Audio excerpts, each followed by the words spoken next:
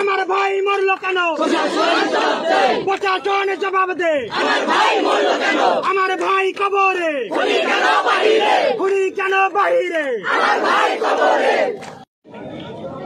জেলাবাসী এবং শিক্ষার্থীবৃন্দ, সামনে উপস্থিত সাংবাদিকবৃন্দ, সবাইকে বৈষম্য বিরোধী ছাত্র আন্দোলন ঝিনাইদহ জেলা শাখার পক্ষ থেকে অসংখ্য ধন্যবাদ জানাচ্ছি।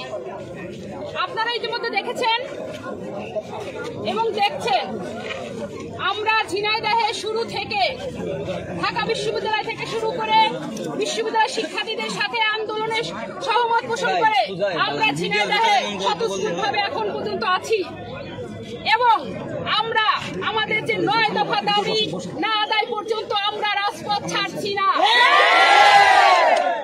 সেই ধারাবাহিকতায় আজকে ঝিনাইদহে আমরা কর্মসূচি রেখেছি।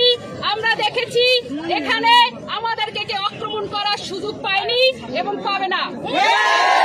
সংগ্রামী উপস্থিতি, আপনারা ইতিমধ্যে জানেন, দেখছেন সারা দেশব্যাপী এই স্বৈরাচারী সরকার কিভাবে গণতন্ত্রকে হটিয়ে একটা স্বৈরতন্ত্র প্রতিষ্ঠা করতে চাচ্ছে।